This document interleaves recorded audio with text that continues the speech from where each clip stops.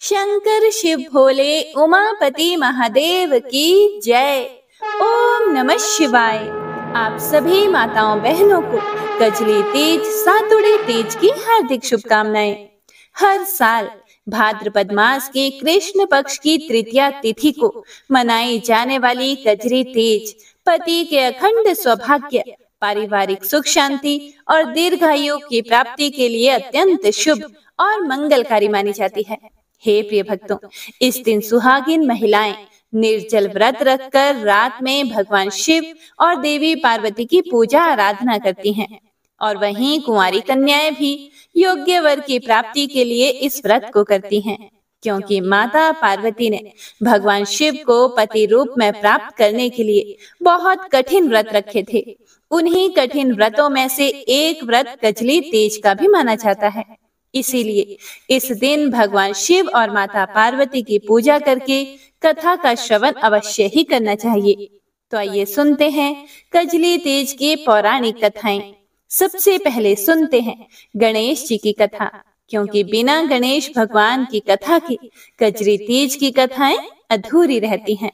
जय श्री गणेश। पौराणिक एवं प्रचलित श्री गणेश कथा के अनुसार एक बार देवता कई विपदाओं में घिरे हुए थे। तब वह मदद मांगने के लिए भगवान शिव के पास आए। उस समय शिव के साथ कार्तिकेय जी तथा गणेश जी बैठे हुए थे।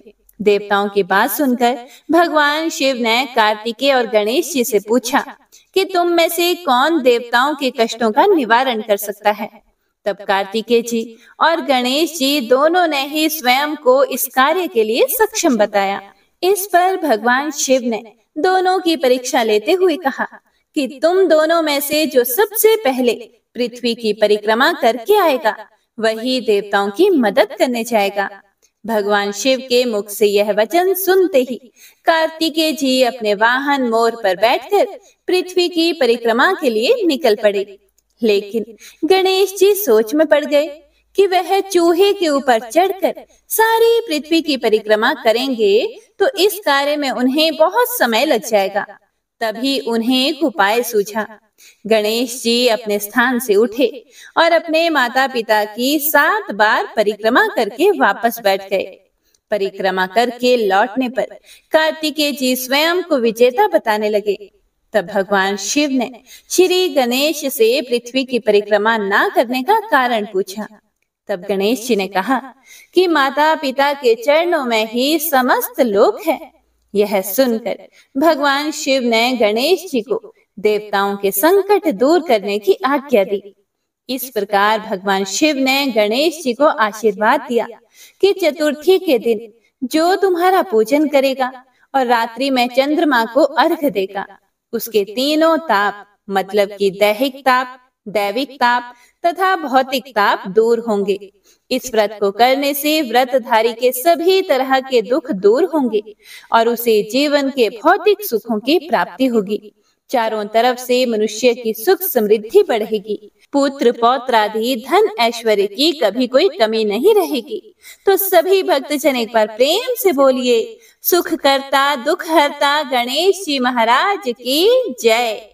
हे प्रिय भक्तों, तो आइए अब सुनते हैं कजरी तीज की पौराणिक कथा।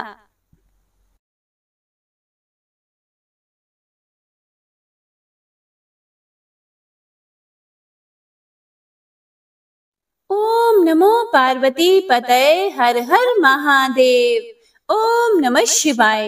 हरे कृष्णा। आप सभी भक्तों को कजली तीज की बहुत बहुत शुभकामनाएं। भगवान भोलेनाथ और माता पार्वती के आशीर्वाद से आप सभी भक्तजन सुखी और संपन्न रहे। सभी सुहागिन महिलाओं का सुहाग अखंड बना रहे और कुंवारी कन्याओं को मनोनुकूल जीवन साथी की प्राप्ति हो। आज हम श्रवण करेंगे कजरी तीज व्रत में सुनी जाने वाली कजरी माता, निमड़ी माता और लक्ष्मी गणेश जी की बड़ी ही सुंदर और दुर्लभ कथाएं। आज के दिन जो भी भक्त इन कथाओं को सुनता है तो उसे भगवान विष्णु, माता लक्ष्मी, गणेश जी सहित कजरी तीज माता की विशेष कृपा प्राप्त होती है। इस व्रत को करने से और कथा को सुनने मात्र से सुहागिन महिलाओं का सुहाग अखंड हो जाता है और उन पर आने वाले सभी संकट कट जाते हैं और साथ ही साथ भाग्य के द्वार खुल जाते हैं और घर में अथाह सुख समृद्धि का वास होता है।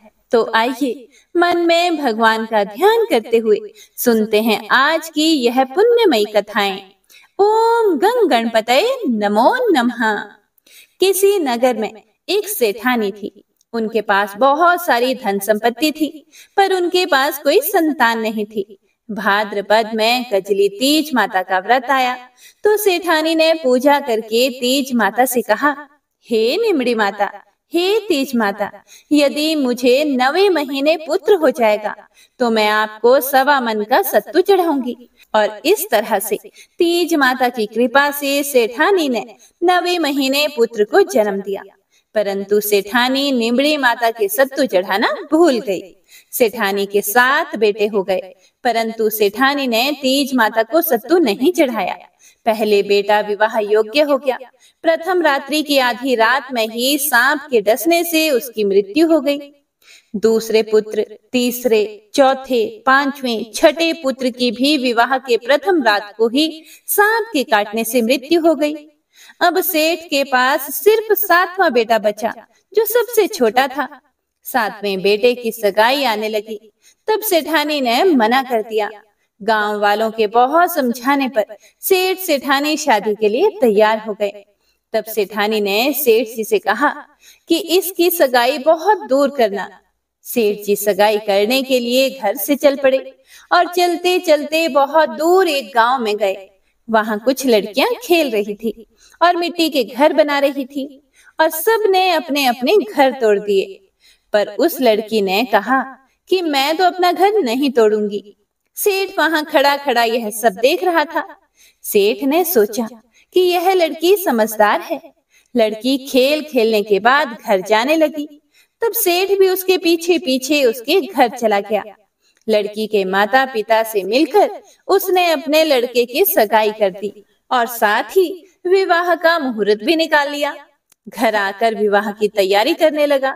सेठ परिवार और गांव वालों के साथ बारात लेकर गया। 7वें बेटे का विवाह हो गया। बारात विदा हुई। लंबा सफर होने के कारण माँ ने लड़की से कहा कि हे पुत्री, रास्ते में तीज माता का व्रत आएगा। यह सत्तू डाल रही हूँ, रास्ते में निमड़ी माता का विधि पूर्वक पूजन करके कल्पना ससुर जी को दे देना। धूमधाम से बारात चली। रास्ते में तीज का दिन आया। जब ससुर जी ने बहू को खाने के लिए कहा तो बहू ने कहा, पिताजी, आज मेरी कजली सातुड़ी तीज का व्रत है। शाम को बहू ने गाड़ी रुकवाई और कहा, मुझे तीज माता की पूजा करनी है। तब ससुर ने निमड़ी का पेड़ देखकर गाड़ी रुकवा दी और कहा कि बहू पूजन कर लो। तब बहू ने कहा, निमड़ी की डाली डाल दो। तब ससुर जी ने कहा कि सभी बहुओं ने तो निमड़ी की पूजा की, पर बहू नहीं मानी। बोली, मैं तो डाली का ही पूजन करूंगी। बहू के कहे अनुसार ससुर जी ने पूजन की तैयारी कर दी। बहू निमड़ी माता का पूजन करने लगी। निमड़ी माता पीछे हट गई तो बहू हाथ जोड़कर विनती करने लगी। बोली, हे निमड़ी माता, आप मुझसे पीछे क्यों हट रही हैं? मुझसे ऐसी क्या भूल हो गई है? बहू की करुण विनती सुनकर तीज माता ने कहा, पुत्री, तेरी सासू जी ने बोला था कि जब मेरा बेटा हो जाएगा तो 1.25 मन का सत्तू चढ़ाऊंगी, लेकिन 7 पुत्र हो जाने के बाद भी उसने सत्तू नहीं चढ़ाया। फिर बहू बोली, माता, हमारी भूल माफ करो, मैं आपके सत्तू चढ़ाऊंगी। आप मेरे 6 की 6 जेठों को वापस लौटा दो और मुझे पूजन करने दो। तीज माता नववधू की भक्ति और श्रद्धा देखकर प्रसन्न हो गई। बहू ने निमड़ी माता का पूजन किया, चंद्रमा को अर्घ दिया। उसके बाद उसके पति ने सत्तू पासा। ससुर जी को कल्पना दे दिया। बारात घर पहुंची। बहू के घर में प्रवेश करते ही उसके 6 जेठ प्रकट हो गए। सासू जी ने धूमधाम से उसका गृह प्रवेश करवाया। सासू जी बहू के पांव पकड़ने लगी। तब बहू ने कहा, हे सासू माँ, आज से आप यह क्या कर रही हैं? आपने जो तीज माता के सत्तू बोला था उसको याद करो। सासू जी को याद आ गया और अगले साल भाद्रपद मास में कजली तीज का व्रत आया। 1.25 मन का सत्तू बनाकर निमड़ी माता तीज माता को चढ़ाया और धूमधाम से विधिवत निमड़ी माता का भजन किया। हे निमड़ी माता, जिस प्रकार से सेठ के घर में आनंद हुआ वैसे ही सबके घर में आनंद करना, अखंड सुहाग देना, संतान को लंबी आयु प्रदान करना। तो जय हो कजली तीज माता की। हे प्रिय भक्तों, तो आइए अब सुनते हैं कजली तीज की दूसरी कथा। एक गांव में एक ब्राह्मण रहता था जो बहुत गरीब था। उसके साथ उसकी पत्नी ब्राह्मणी भी रहती थी। ब्राह्मण की पत्नी ने भाद्रपद महीने की कजली तीज का व्रत किया। उसने अपने पति मतलब कि ब्राह्मण से कहा कि उसने तीज माता का व्रत रखा है, उसे चने का सत्तू चाहिए, कहीं से भी ले आओ। ब्राह्मण ने ब्राह्मणी से बोला कि वह सत्तू कहाँ से लाएगा। फिर ब्राह्मणी बोली कि उसे सत्तू चाहिए तो चाहिए, वह चोरी करके लाए या फिर डाका डाले, लेकिन उसके लिए सत्तू लेकर आए। बस फिर क्या था। यह सुनकर ब्राह्मण अपनी पत्नी की बात मानकर रात के समय ब्राह्मण घर से निकलकर साहूकार की दुकान में चला गया। उसने साहूकार की दुकान से चने की दाल, घी, शक्कर लिया और सबको 1.25 किलो तोल लिया। फिर इन सब से सत्तू बना लिया। जैसे ही वह जाने लगा वैसे ही अचानक कुछ आवाज सुनकर दुकान के सभी नौकर जाग गए। सभी नौकर जोर जोर से चिल्लाने लगे और इतने में ही साहूकार भी आ गया। ब्राह्मण को पकड़ लिया गया। ब्राह्मण ने हाथ जोड़कर बहुत ही विनम्र स्वभाव से कहा, हे साहूकार जी, मैं चोर नहीं हूँ, मैं एक गरीब ब्राह्मण हूँ। मेरी पत्नी ने कजली तीज माता का व्रत किया है, इसीलिए सिर्फ 1.25 किलो सत्तू बनाकर ले जा रहा था। यह बात सुनकर जब साहूकार ने ब्राह्मण की तलाशी ली तो उसके पास से सत्तू के अलावा और कुछ भी नहीं निकला। और उधर दूसरी तरफ चांद निकल गया और ब्राह्मणी सत्तू का इंतजार कर रही थी। साहूकार ने ब्राह्मण से कहा कि आज से वो उसकी पत्नी को अपनी धर्म बहन मानेगा। उसने ब्राह्मण को सत्तू, गहने, रुपए, मेहंदी, लच्छा और बहुत सारा धन देकर दुकान से विदा कर दिया। फिर सभी ने मिलकर कजली माता की पूजा की और इस तरह से कजली माता की कृपा से उस साहूकार के मन में दया भावना उत्पन्न हो गई थी, जिसके कारण ब्राह्मण वह सारा सामान अपनी पत्नी को लेकर देता है और उसकी पत्नी पूरे विधि विधान से कजली माता का व्रत करती है और कथा का श्रवण करती है। हे कजली माता, जिस प्रकार से ब्राह्मण के दिन सुखमय हो गए, ठीक वैसे ही आप हम सभी भक्तों पर अपनी कृपा बनाए रखना, सभी भक्तों के दिन सुखमय बनाना। जय माता दी। हे प्रिय भक्तों, तो आइए अब सुनते हैं तीसरी कथा। एक साहूकार था। साहूकार की पत्नी पतिव्रता थी। उस साहूकार का एक वैश्या के साथ संबंध था। साहूकार के गलत कर्मों के फल स्वरूप साहूकार को कोढ़ हो गया, लेकिन फिर भी उसने वैश्या के घर जाना नहीं छोड़ा। साहूकार ने अपनी पत्नी से कहा कि मुझे उस वैश्या के पास ले चलो। साहूकार की पत्नी बड़ी ही पतिव्रता थी, इसीलिए वह पति का कहना मानकर उसे उस वैश्या के पास ले गई। वैश्या तो पैसों की भूखी थी। वह साहूकार से धन दौलत लूटती रहती थी। साहूकार अपनी पत्नी के गहने भी ले जाकर उसको दे देता था, लेकिन उसकी पत्नी कुछ भी नहीं बोलती थी।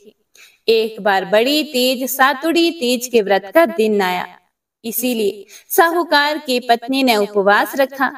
वह उस दिन भूखी प्यासी थी। साहूकार ने अपनी पत्नी से उसे वैश्या के पास ले जाने के लिए कहा। उस दिन साहूकार से चला नहीं जा रहा था, तो वह उसे अपने कंधे पर उठा कर ले गई। वैश्या के घर पहुंचने पर साहूकार ने अपनी पत्नी से कहा कि जब तक मैं लौट कर ना आ जाऊं तब तक तुम यहीं पर खड़ी रहना। उस दिन संयोगवश वैश्या खिड़की में से यह सब देख रही थी, तो उसने साहूकार से पूछा कि जो तुम्हें यहाँ छोड़ने आई है वह तुम्हारी नौकरानी है क्या? साहूकार ने कहा कि नहीं नहीं, वह तो मेरी पत्नी है। यह सुनकर वैश्या का मन बहुत दुखी हुआ। उसने साहूकार को समझाया कि वह लौट जाए, क्योंकि आज बड़ी तीज है और तुम्हारी पत्नी ने व्रत किया होगा, उसे पूजा करनी होगी। तीज माता ने वैश्या का मन परिवर्तित कर दिया। उसने साहूकार को उसके गहने वापस कर दिए और जाने को कहा, और साथ ही यह भी कहा कि वह अब यहाँ पर कभी भी लौटकर वापस ना आए। और उधर बेचारी साहूकार की पत्नी बाहर खड़ी हुई थी। अचानक तेज मूसलाधार बारिश होने लगी। वह मन ही मन दुखी हो रही थी कि उसे तीज माता की पूजा करनी है। उसी समय पानी में बहते हुए पूजा की सामग्री और नीम की टहनी वहीं पर आ गई। तब साहूकार की पत्नी ने पूजा की, तभी चांद उग गया। वह चांद को अर्घ देने लगी। उस समय उसका पति भी लौट आया। अर्घ के जल के छींटों से साहूकार का कोढ़ ठीक हो गया और वे दोनों पति पत्नी प्रसन्नता पूर्वक घर लौट आए। हे तीज माता, जैसे साहूकार की पत्नी के दुख मिटाए, वैसे सभी के दुख दूर करना। सातुड़ी तीज की कहानी कहने वाले को, सातुड़ी तीज की कहानी सुनने वाले को और सभी पर अपनी कृपा करना। जय माता दी।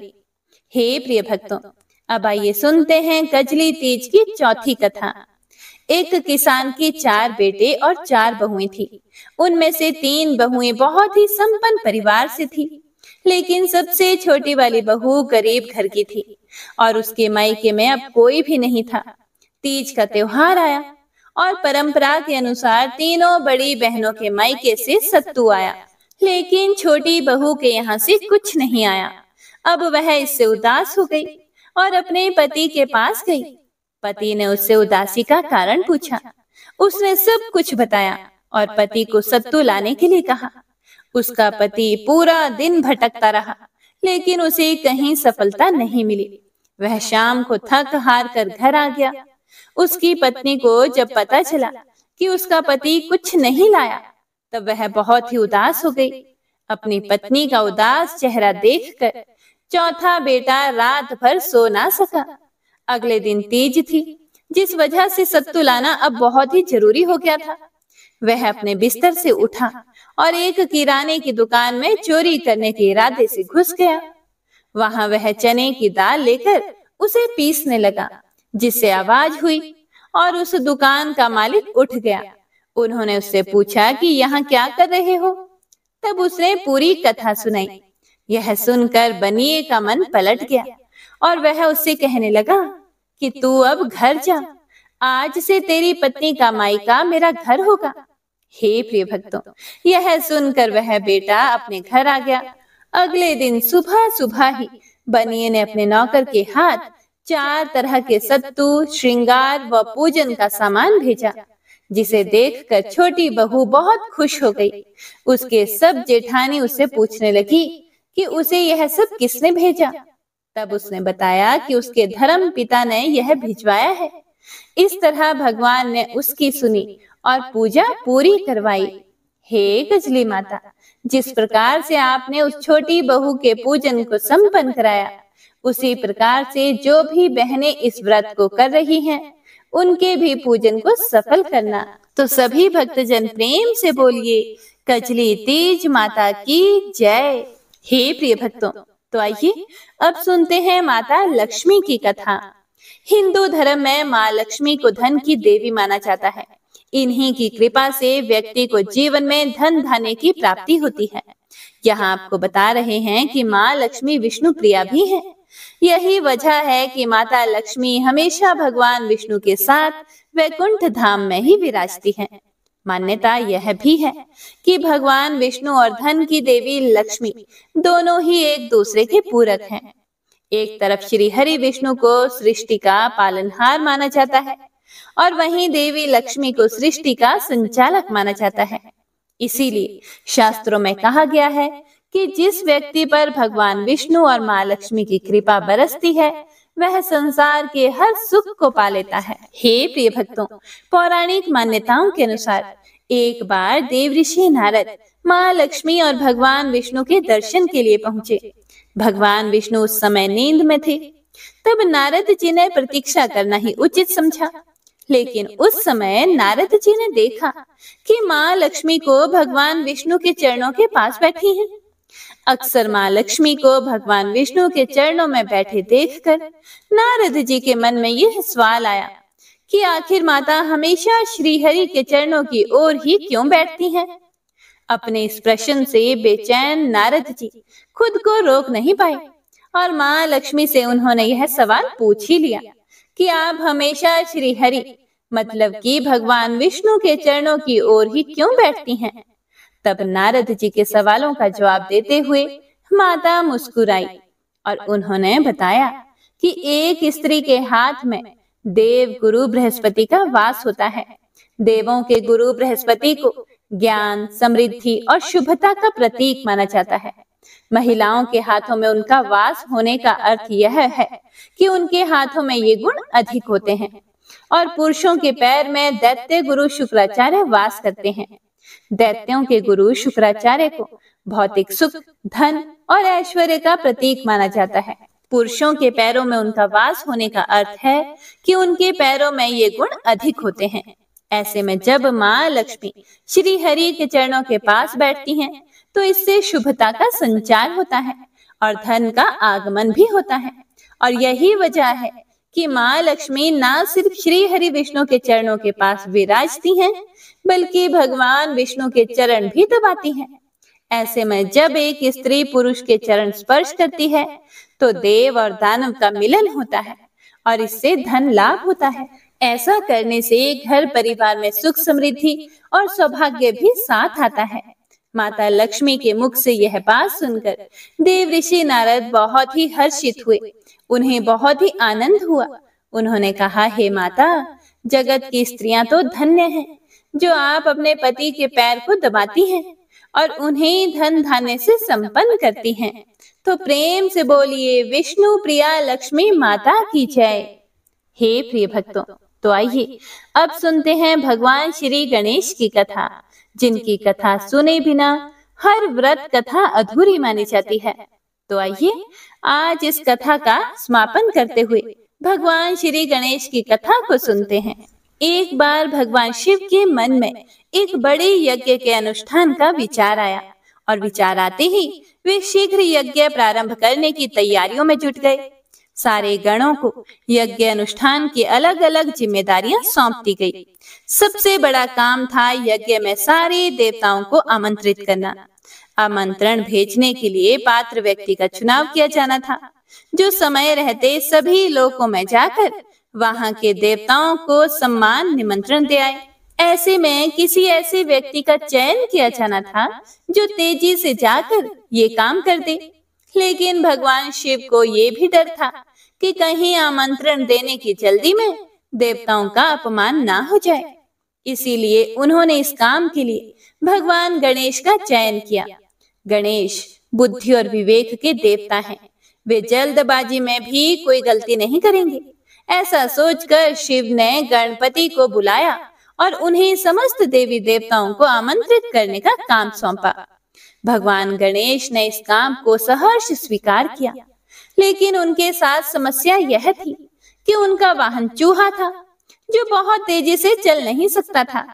गणेश जी ने काफी देर तक चिंतन किया कि किस तरह सभी लोकों में जाकर आदर पूर्वक सारे देवताओं को यज्ञ में शामिल होने का आमंत्रण दिया जाए।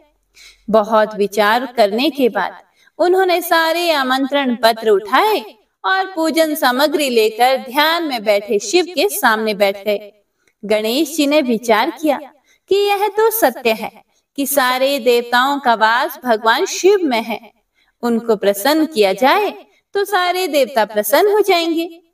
यह सोचकर गणेश जी ने भगवान शिव का पूजन किया और सभी देवताओं का आवाहन करके सभी आमंत्रण पत्र भगवान शिव को ही समर्पित कर दिए। सारे आमंत्रण देवताओं तक स्वतः पहुंच गए और सभी यज्ञ में नियत समय पर ही पहुंच गए। इस तरह गणेश जी ने एक मुश्किल काम को अपनी बुद्धिमानी से आसान कर दिया।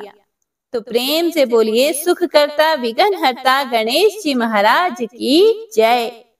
हे कजरी माता, हे निमड़ी माता, हे माता पार्वती, जो भी इस व्रत कथा को सुन रहा है, सुना रहा है, उसके सुहाग को अखंड करना और उसके जीवन में सुख शांति देना, उनके घर में अथाह सुख समृद्धि की वर्षा करना, सभी विघ्नों को दूर करना और सभी मनोकामनाएं पूर्ण करना।